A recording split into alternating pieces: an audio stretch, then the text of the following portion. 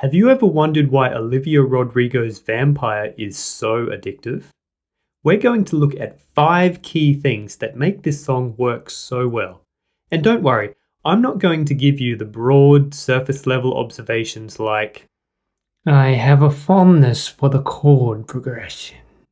It's reminiscent of a piece I often heard back in the 17th century. No, we're going to get into real detail, and I promise you that even if you've heard this song hundreds of times, you're still going to learn something and come away with a deeper appreciation for the song. And stick around to the end where I'll announce today's song challenge. Alright, let's get into it.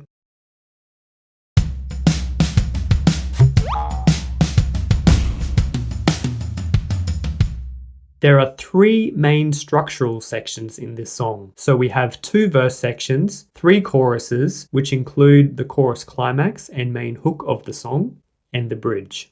In addition, we also have a piano intro and 3 instrumental breaks. So we can think of the overall structure as A, B, A, B, C, B.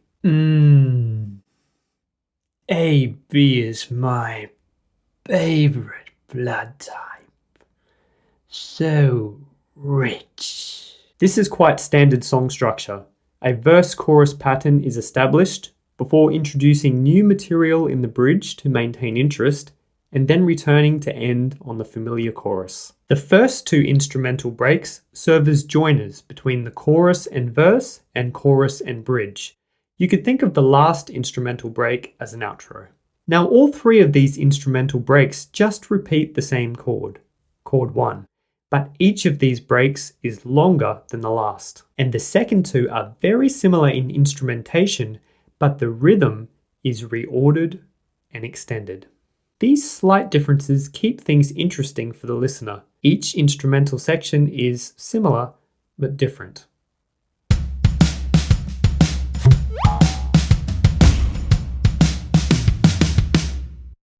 This song features a switch to double time after the first chorus. Although if we think in terms of what the drums are doing, it might actually be more accurate to see it as a switch from half time to regular time. In either case, the beat doubles in speed from da, da, da, da in the beginning to da, da, da, da for the rest of the song. You can clearly hear this difference when comparing the 2 verse sections.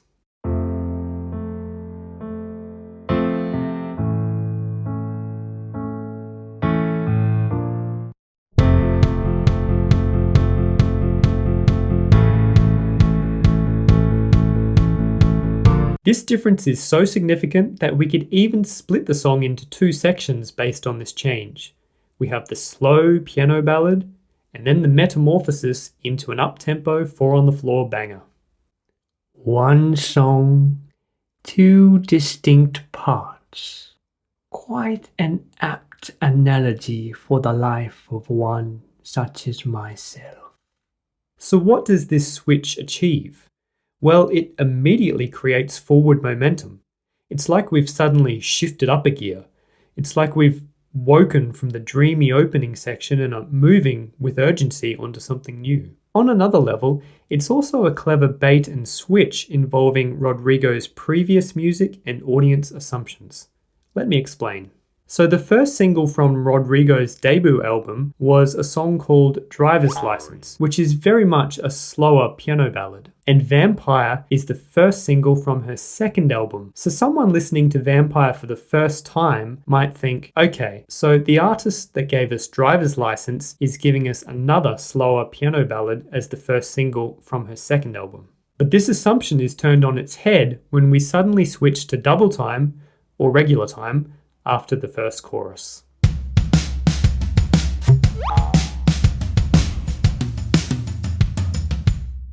So it seems the lyrics are directed at a deceptive, ladder-climbing, comparatively older man who used his connection to our protagonist during their 6-month relationship to advance his own career. The lyrics draw a parallel between his behavior and that of a vampire. Very intriguing.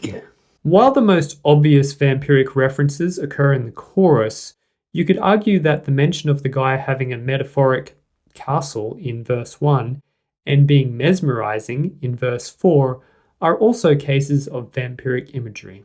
The lyrics also reveal another key difference between driver's license and vampire: the driving emotion behind the song. On one hand, they are both breakup songs, but we can think of breakup songs as existing on a continuum, with one end containing angry songs like Alanis Morissette's You Oughta Know, and the other end containing sad songs like Adele's Someone Like You. Now, driver's license is definitely on the sad end, while vampire is much more toward the angry end of the continuum. Other songs like Rodrigo's Get Him Back manage to be both at the same time, so a song like that would sit in the middle of the continuum. So it's an angry breakup song, and while the central focus of her anger is clearly the guy, she's also angry at herself for not being able to see through his manipulation. It's clear that Rodrigo and her co-writer and producer, Dan Nigro, are gifted storytellers. They have a real knack for writing narrative lyrics that pull the audience into Rodrigo's world. At the same time, the lyrics never come across as too careful or calculated. Rodrigo doesn't censor her language, and she doesn't shy away from wearing her heart on her sleeve and showing her weaknesses. The end result feels like an unfiltered pouring out of her heart, and therefore has a real authenticity to it. And authenticity is something that people always appreciate.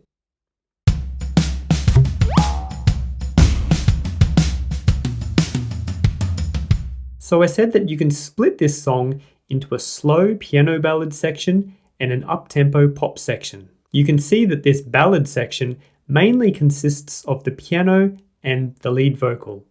We're very much in singer-songwriter mode here. Perhaps an organ would have better lent itself to this particular composition. The song begins with this piano intro.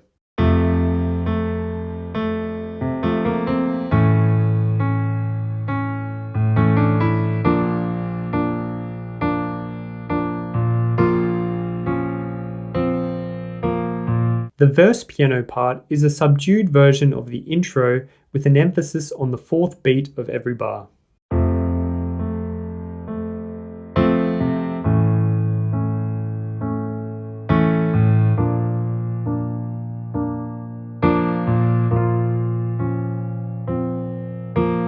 The only thing that differentiates the chorus from the verse in terms of instrumentation is the addition of this synth sound, which I believe is actually a guitar in the real recording.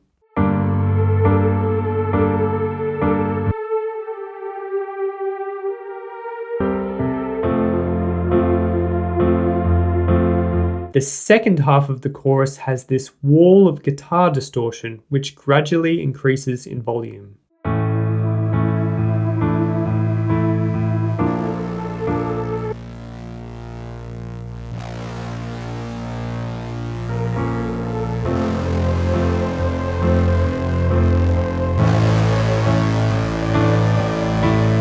You could think of this as symbolizing our protagonist's growing anger as she recounts how this man exploited her. This distortion crescendo reaches its height just before the climax of the chorus, where it drops out along with the synth, leaving us with just piano and the vocals for the chorus climax. The piano actually drops out for the last line. Now let's take a look at the up-tempo section. It begins with this instrumental joiner sequence comprised of kick drum and synth. The kick establishes the new regular time beat, while the synth plays the eighth note subdivision of that beat on an F. In verse section B, the piano is joined by a 4 on the floor kick and a driving eighth note bass part.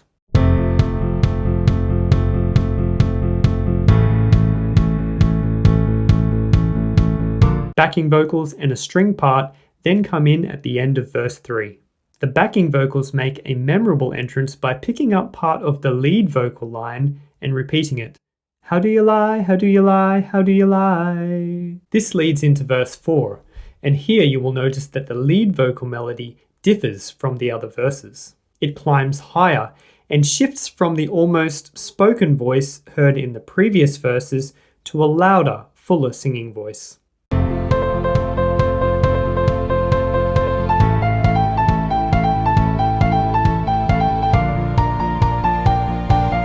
This rising melody and stronger delivery can be seen as reflecting her anger bubbling to the surface as she recounts how she was manipulated. The strings articulation here is mainly spiccato and tremolo, and their main function is to build tension in this section.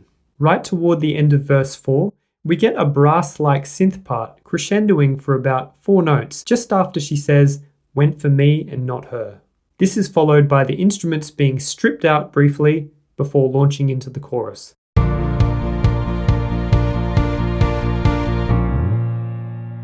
I'll have more to say on this section later.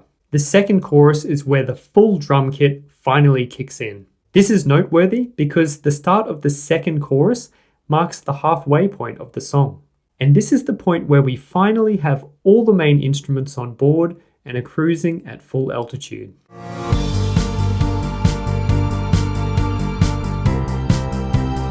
So an entire half of the song is spent gradually building up instrumentation, a layer or 2 at a time. So what else is happening in the chorus? The backing vocals kind of take over what the synth guitar was doing in chorus 1, but with added harmonies. The strings shift from the shorter spiccato articulation found in the verses to a more legato feel that swells with emotion and brings a more cinematic feel to the chorus.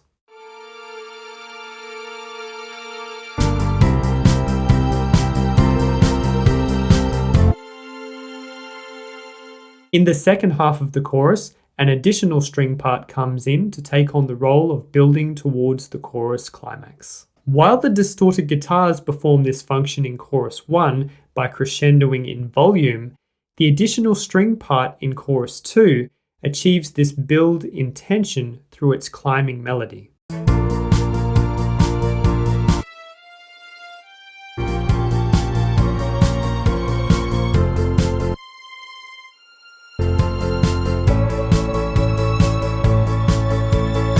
Now I want to draw attention to the way instrumentation is used to create sudden, large variations in dynamics. Look at these gaps in the instrumentation.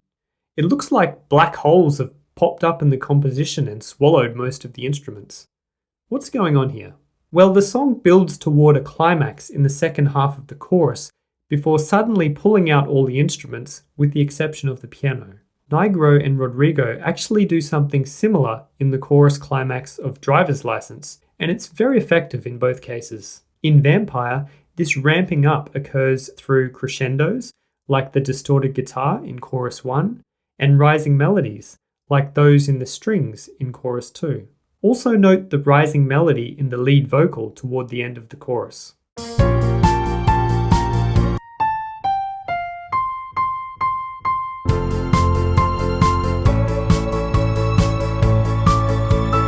This all signals that we are building towards something big or important. The main lyrical hook, which includes the song title. In addition, suddenly cutting out all the instruments at the peak of the crescendo captures the audience's attention because it's unexpected. It also puts the spotlight squarely on the vocalist. Even the piano drops out for "Bleeding Me Dry Like a Goddamn Vampire." So these sudden variations in instrumentation are all about highlighting the hook. Okay, now in the second 2 choruses, this vulnerable moment of near silence is followed by a shift back in the other direction dynamically, with all the instruments suddenly coming back in and slamming down on chord 1 again and again, like something out of The Rite of Spring. To me, this part really feels symbolic of Rodrigo's anger, like she's bashing the piano keys in frustration.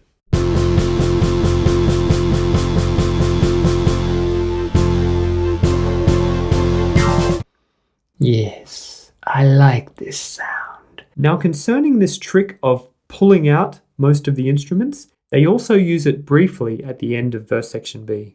The principle they are using here is make something sound huge by preceding it with something small. In other words, pausing for a brief quiet moment makes the arrival of the chorus hit harder due to the dynamic contrast.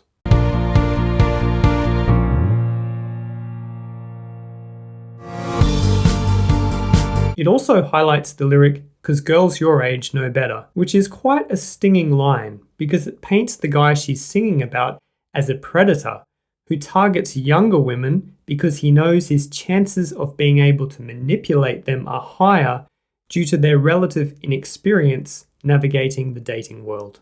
People my age do not exist.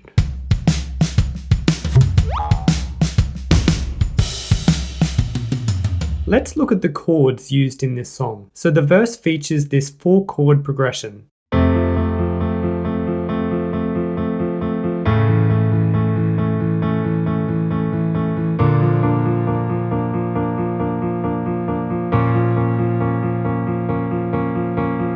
You might recognize this progression if you're familiar with the band Radiohead. I'm a creep, and I'm a weirdo. What the hell am I doing here? I don't belong here. No. Oh, shit. Songs sharing chord progressions is not at all uncommon. In fact, it's the norm. Take the chord progression of any famous song, and maybe 8 times out of 10, you could pretty quickly come up with examples of other songs that use the same progression. The important thing is that what Rodrigo and Nigro do with this progression, and the melody they put over it, is completely different to what Radiohead does. Now, this progression makes up the bulk of the chorus, but it is initially preceded by a G minor chord and a C chord.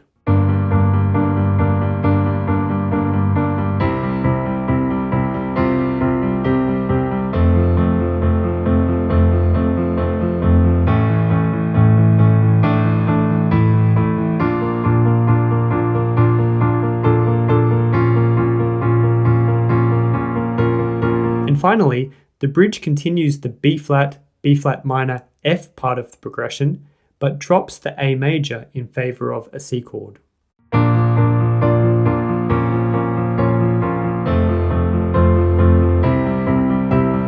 So let's take a closer look at these chords. We are in the key of F major, so chords 1, 2, 4, and 5 come from this key. However, there are 2 other chords, the major 3 chord and the minor 4 chord. These chords come from outside the key, and they really add something special to the progression. So where do they come from? First, let's look at B flat minor, the minor 4 chord. This is a borrowed chord, borrowed from the parallel minor key. The parallel what now?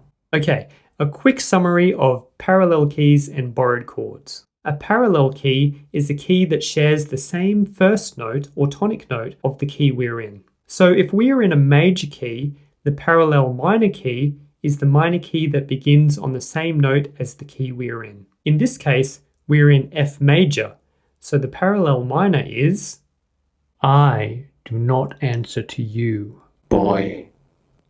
Now continue with your little lecture. F minor.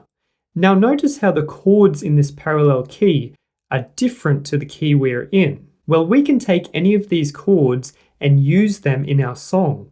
And when we do, we call them borrowed chords. And in this song, we are borrowing the minor 4 chord, B flat minor. Okay, so let's look at how this chord is used in the song. Every time it occurs, it is part of this progression, B flat minor, F. We see this in the verse with B flat to B flat minor, which resolves back to F each time the progression is repeated. The same thing happens in the chorus, B flat to B flat minor, and back to F as the progression repeats. And finally, we see it again in the bridge.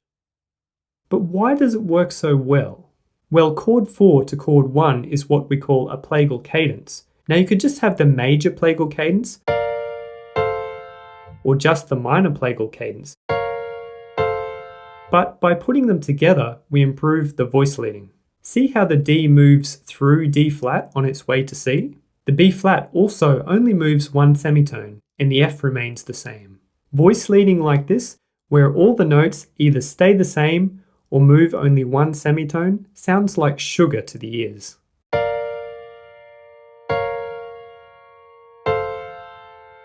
It sounds very gentle, like the chords are just sliding down into each other. In fact, these middle notes are literally doing just that. which is what gives it that gentle descending feeling.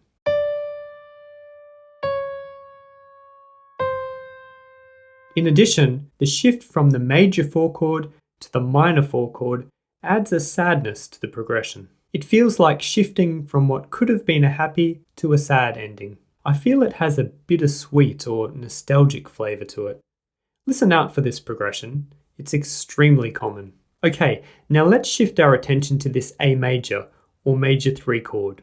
The first thing you might consider is, could this simply be another borrowed chord? Well, if we look at our parallel minor key again, we see that there is no A major chord. There is a major 3 chord, but it's A flat major, not A major. So our A major chord has not been borrowed from the relative minor. Now, while the parallel minor key is the most common place to borrow chords, there are other parallel modes which we can borrow chords from. So we are in the major key, also known as the Ionian mode, and we borrowed the minor 4 chord from the minor key, also known as the Aeolian mode. But there are all these other modes that we can potentially borrow chords from. However, a quick look reveals that there are no A major chords used in any of these modes. So where does this chord come from?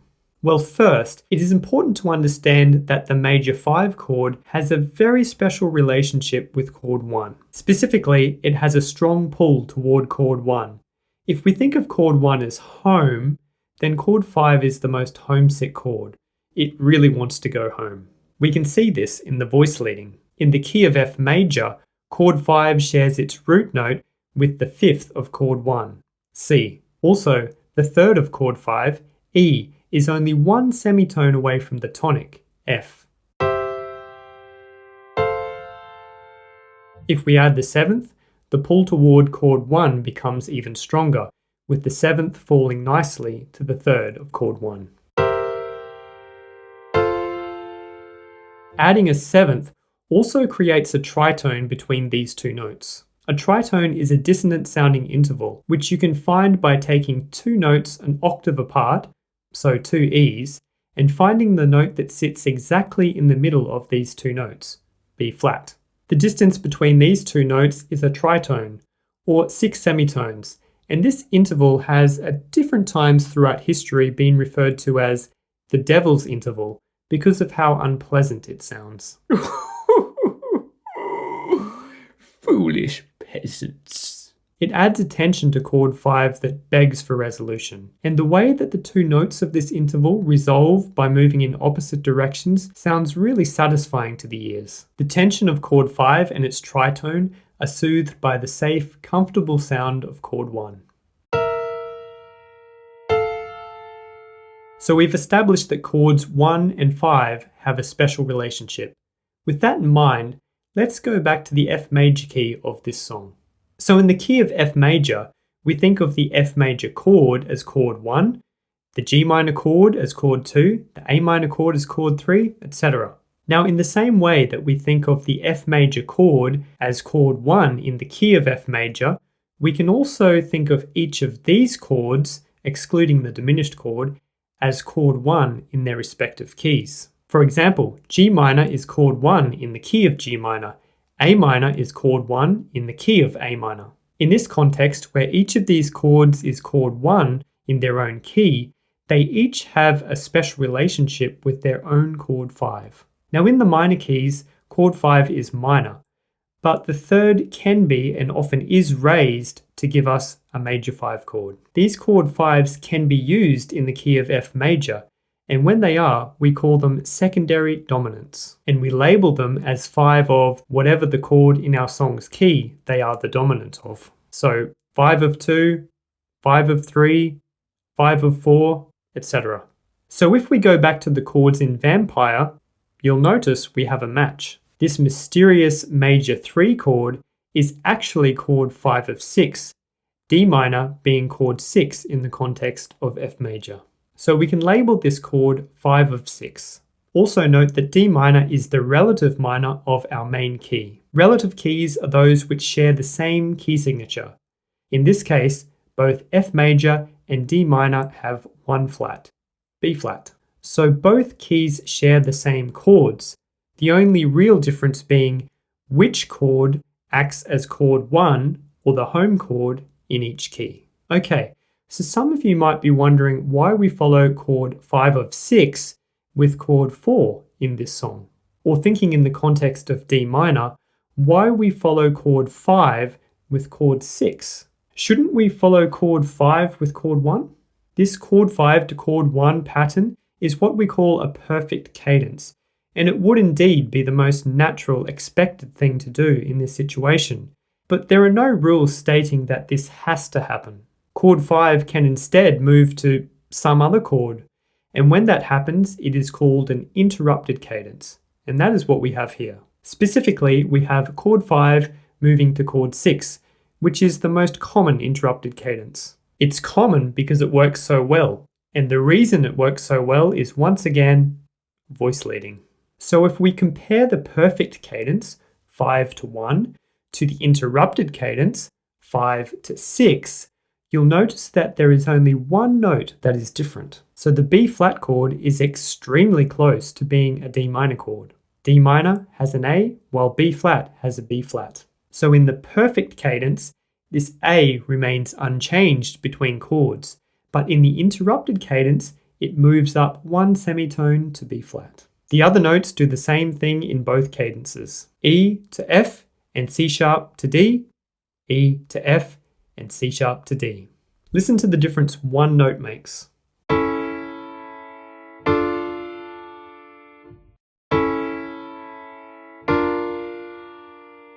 I want to finish by zeroing in on the chorus chords and looking at how the notes used in the vocal melody add extra colour and complexity to these chords. So starting with G minor, the A note in the melody gives us a ninth, while the same A note moving to B flat gives us C sixth and C seventh respectively. The notes sung over the F chord come from within the F chord, so nothing changes. We just have a strong chord 1 here. Okay, so this only come out at night line is my favourite part of the chorus because of how the music really fits the lyric. The C sharp and A don't add anything because they're part of the A chord, but the brief use of B flat here results in a flattened ninth being added, which sounds extremely dissonant. Music to my ears. This sound reflects the unsettling lyrics. When you hear the words strange and only come out at night, it signals danger and conjures up images of a predator or a monster.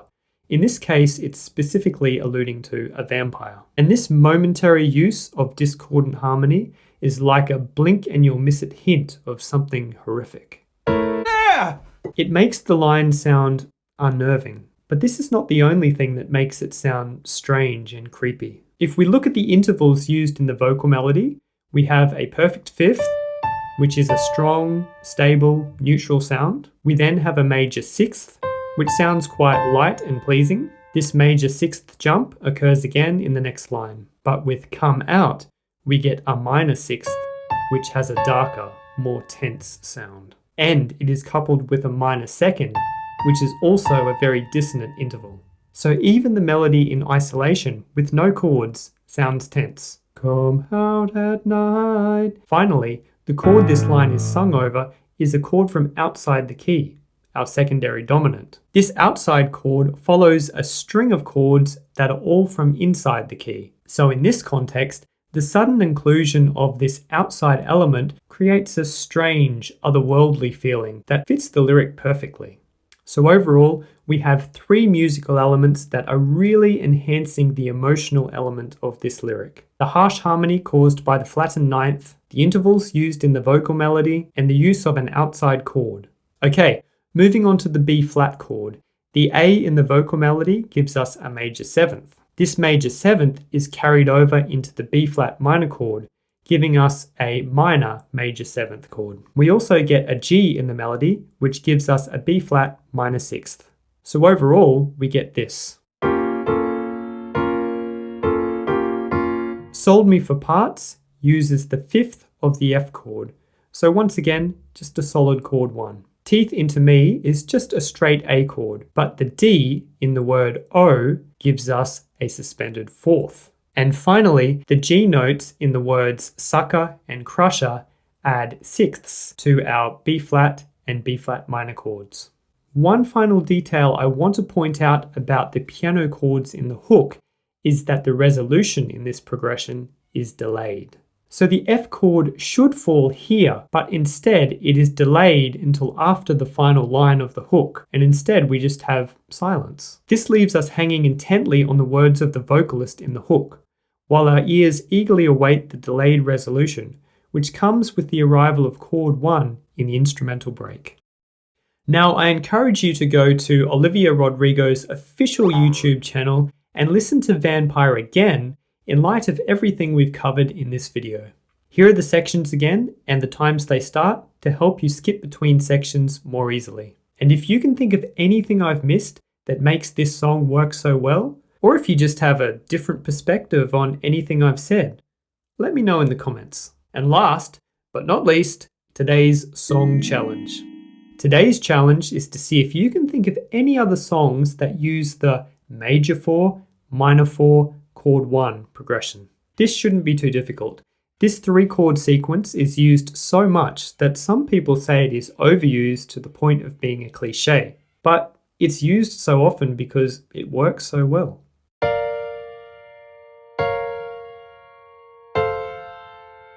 I also have a second challenge, and that is to think of other songs that mention vampires or make use of vampiric imagery in the lyrics. I can think of a couple off the top of my head, but I'm sure there are many others I'm not familiar with, so let me know what you come up with in the comments. And like and subscribe if you got something out of today's video.